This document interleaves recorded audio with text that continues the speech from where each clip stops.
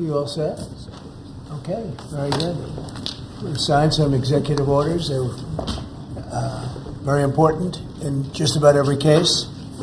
And it will go through the first one, please. Do you want to? Yeah, Mr. President, this is an executive order on crypto. We're going to be. Oh, sorry, we're doing AI first. Sorry, this is an executive order on AI. We're basically announcing the administration's policy to make America the world capital in artificial intelligence and to dominate and to lead the world in AI. Do you want to say your name, your full name, David and Sachs, serial? AI and Crypto Czar. David is one of the greatest in the world at AI. Most respected, probably, there is.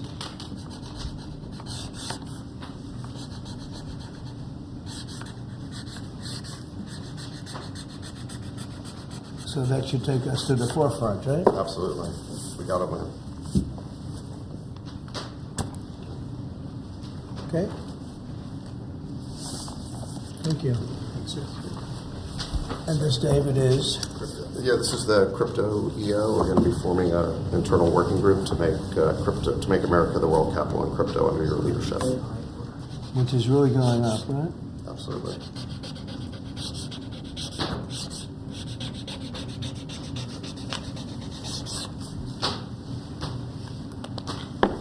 David, that's for you. Thanks.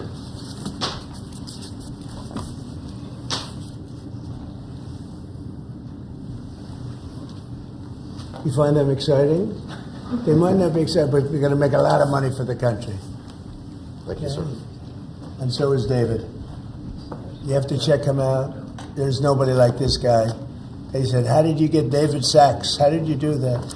And he's doing it for the country more than anything else. So we appreciate it, David. Thank you very much. This is an executive order establishing a presidential commission, an advisory commission on science and technology. Good.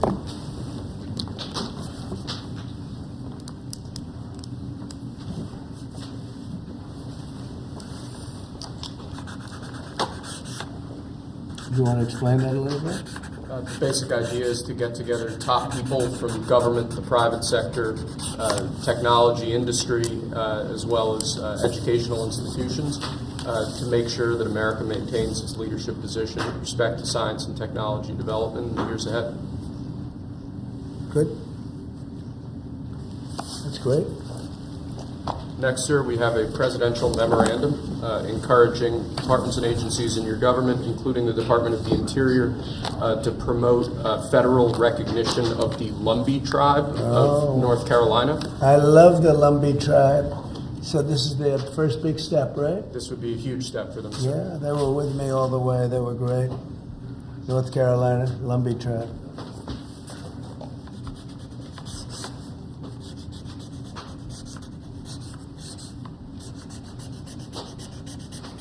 Okay, you'll send them a copy of that? Yes, sir. They were great. Okay? And if you'd like, I could get them that pen, sir, as well. Yeah, let's do that.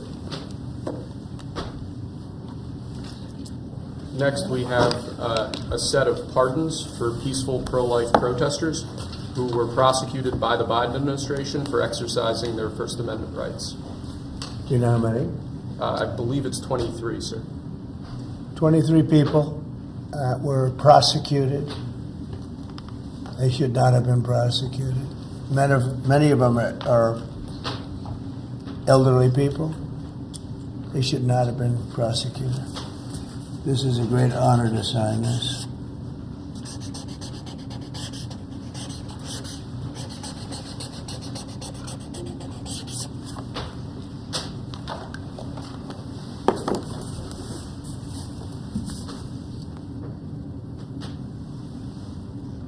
They'll be very happy. So they're all in prison now. Some are out of custody. It's ridiculous. Okay? Lastly, sir, we have an executive order ordering the declassification of files relating to the assassinations of President John F. Kennedy, Senator Robert F. Kennedy, and the Reverend Dr. Martin Luther King Jr. That's a big one, huh? A lot of people are waiting for this for years, for decades.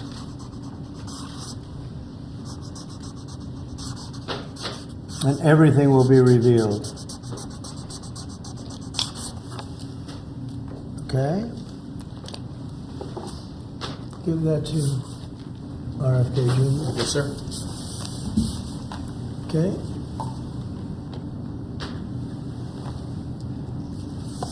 Okay, thank you very Mr. much. Mr. President, a U.S. judge temporarily blocked the birthright citizenship order. Do you have any reaction? No, obviously we'll appeal it. They put it before a certain judge in Seattle, I guess, right? And there's no surprises with that judge.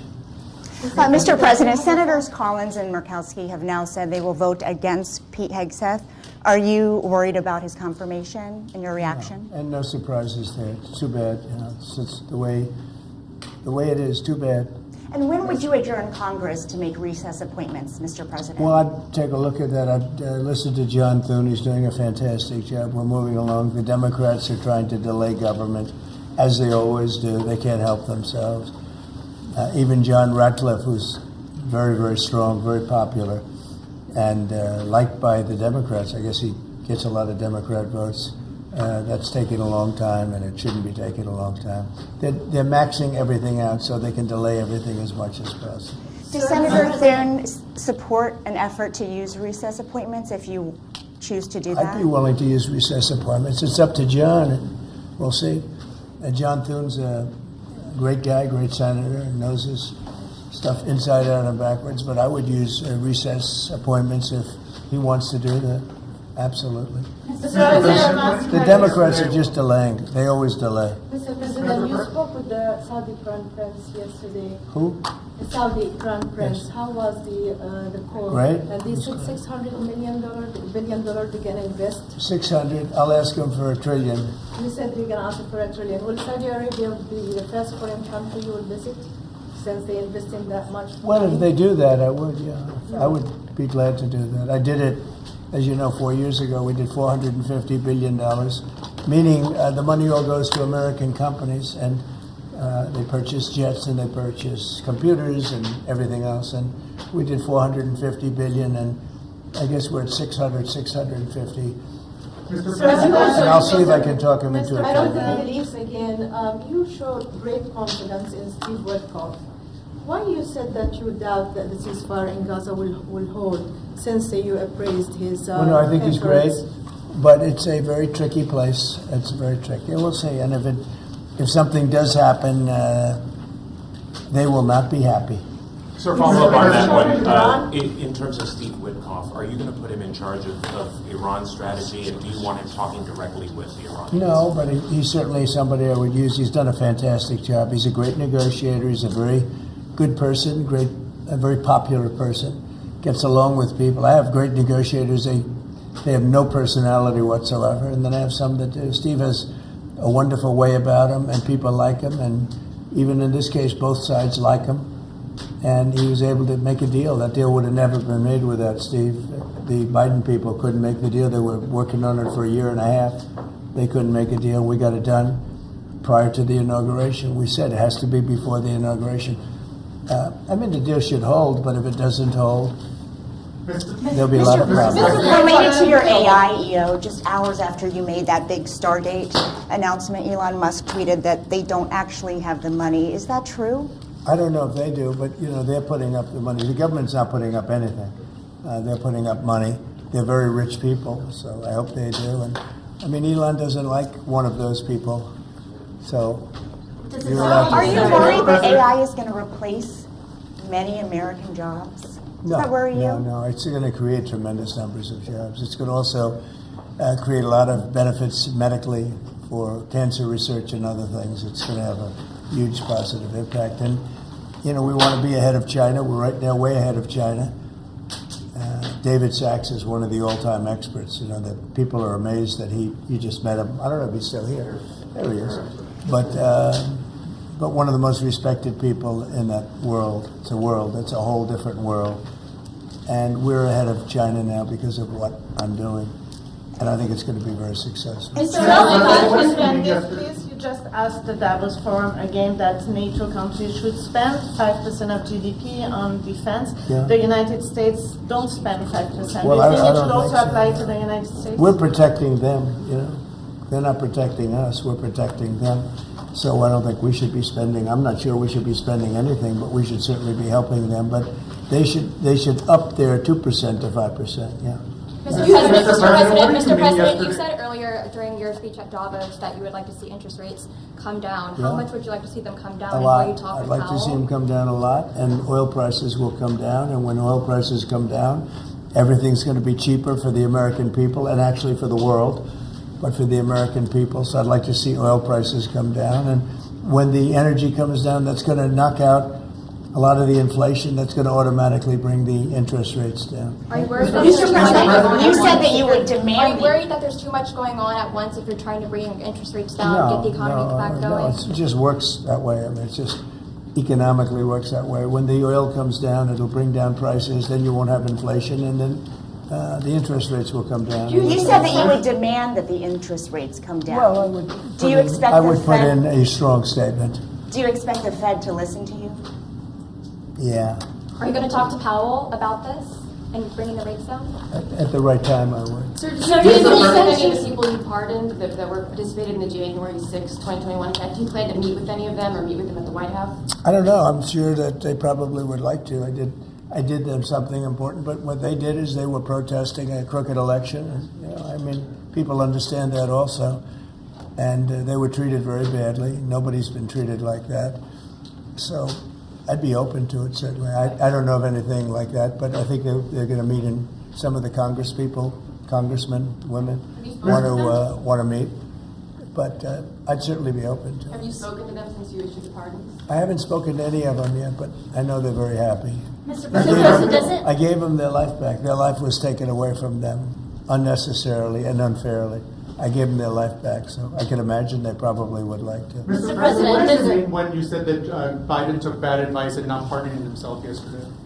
Well, he did. I think he did, because he pardoned all these people that are crooked as hell. Look, the congressmen, they're crooked. What they did is they destroyed evidence. When you destroy evidence, especially criminally like that, they did it criminally. And the reason they destroyed the evidence is because it proved that I was right. They didn't destroy evidence for no reason. They destroyed it because they found many documents saying that I offered 10,000 soldiers. If they had 500 soldiers or National Guard, there would have been no problem. If they had 200, that would have been. I offered 10,000 if they needed them. There would have been no problem. That's been now totally disproven. And it's also been disproven by Nancy Pelosi's daughter, who has her on tape saying it was her fault, that she has full responsibility for this. And they have all that stuff. They destroyed everything. And they go through a year and a half, 2 years of nonsense. They come up with tremendous evidence, and they destroyed evidence. And Schiff knew about it. That's why he's on there. He knew all about the destruction of evidence. A lot of people said he's the one that got him to do it. And he's a crooked guy, totally crooked politician. And so he's pardoned, and some other people are pardoned. And these are crooked politicians, every one of them. Benny Johnson, what he did is incredible. I mean, he was the leader of the committee, and he did it. Cheney, crying Adam Kinzinger, all of them. They destroyed evidence and deleted everything. There's nothing. There's no evidence now. They're crooked politicians, and they should be punished. That's even in a civil trial, you go to jail for a thing like that. They destroyed every document, from what I understand, every document, because it proved that I was totally innocent. Do you plan to send up to 10,000 troops to the southern border, sir? Yeah. Oh, southern border? Yes, When the you border. say southern border, when I said 10,000 troops, I was referring to the capital. Oh, I see. And No, when you is gotta that? look. When I do you was referring to plan? the When do you cap- plan I to do offered that? 10,000 troops to the capital before January 6th. And as for the 1,500 at the southern border, sir, to clarify, what exactly do you want them to be doing right now? Making sure that the border is safe and secure, and that criminals don't come into our country. Mr. President, do you think that sanctions on Russia will force President Putin to negotiate? I don't know, but I think he should make a deal. Mr. Sir, President, on- does it bother you that Elon Musk criticized a deal that you made publicly, that he said that you tweeted that? No, it doesn't. He hates one of the people in the deal. Have you spoken to him since then? No, I've spoken to Elon, but I've about spoken that. to all of them, actually. No, the people in the deal are very, very smart people. But Elon, one of the people he happens to hate, but I have certain hatreds of people too. Sir, You know? sir, Mr. on China, what do you think Xi Jinping can do on the Ukraine-Russia war? Which one? The Ukraine-Russia war, what can Xi Jinping do about that? China? Yeah. They have a lot of power over Russia. They supply energy to Russia. And Russia supplies energy to them. They supply other things to, it's really a very big trade. It's a very big trading partner. But Russia supplies a lot of energy to China. China pays them a lot of money for that. And I think they have a lot of power over Russia. So I think Russia should want to make a deal. Maybe they want to make a deal. I think from what I hear, Putin would like to see me, and we'll meet as soon as we can. I'd meet immediately. Every day we don't meet, soldiers are being killed in a battlefield. And that battlefield is like no battlefield since World War II. You That's said it. that Ukraine wants And to... I have pictures that you don't want to see. Soldiers are being killed on a daily basis at numbers that we haven't seen in decades. And it would be nice to end that war. It's a ridiculous war. You said that Ukraine's ready to make a deal. Did President Zelensky tell you that personally? Yeah, sure. He's ready to negotiate a deal. He'd like to stop. He's somebody that lost a lot of soldiers, and so did Russia. Lost a lot. Russia lost more soldiers. They lost 800,000 soldiers. Would you say that's a lot? I'd say it's a lot. Mr. President, you said that you wanted to make Dr. King's dream a reality. What's your response to his children and civil rights leaders who say that your DEI orders are a contradiction of his dream and could further drive racial disparities? Well, I haven't heard that. Mr. President, you put the Houthis back on the terror list.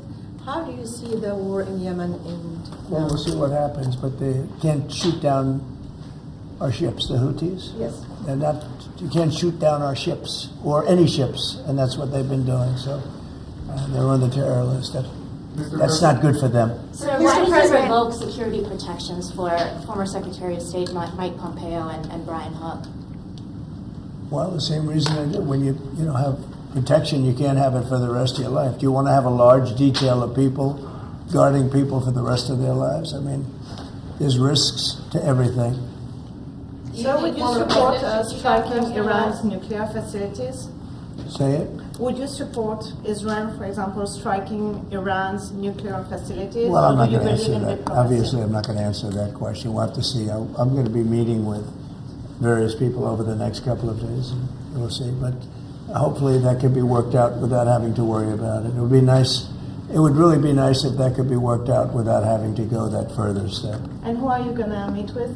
Well, I'd rather not say that, but very high-level people. But hopefully that can be worked out. Look, Iran hopefully will make a deal, and if they don't make a deal, I guess that's okay too.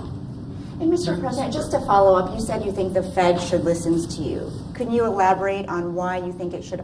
With regard to interest rates? Correct, yes. Because I think I know interest rates much better than they do. And I think I know it certainly much better than the one who's primarily in charge of making that decision. But no, I'm guided by them very much. But if I disagree, I will let it be known. So your tariffs plans for China and Mexico are much tougher, or the ones for Canada and Mexico are much tougher than the one for China. Why is it softer for China? Well, China's already paying a lot of tariffs because of me. And when you add them up, I would say, they're paying a lot. They paid hundreds of billions of dollars. They never paid 10 cents until I came along. When I came along, they've paid hundreds of billions of dollars. Never paid anything. And so they've already started at a higher base. Is February 1st the date for Chinese tariffs as well, sir? February 1, or was that just Mexico and Canada? It's Mexico and Canada, but we're talking about China too. Look, China's sending us tremendous amounts of bad drugs, fentanyl, really bad stuff. Most of it comes through Mexico. And we're losing, I think, 300,000 lives a year because of that. People say 150, 100, 120. I think 300,000 lives a year. Those are old numbers. The lower number is a low number, and we can't have that. They've got to stop sending it. I had a deal with President Xi, but it was a deal that wasn't followed up by Biden, of course, where they were going to issue the death penalty to people that make fentanyl, and that would have stopped it. But we'll have to stop it with tariffs. Okay. Thank you very much, everybody. All right, guys. Thanks, Russ. Thank you, Mr. President. Thank you, Mr. President. Thank you, guys. Hey, press, let's go. Thanks, guys. Nope, guys, let's go. Time to go. Thank you, guys. Have a good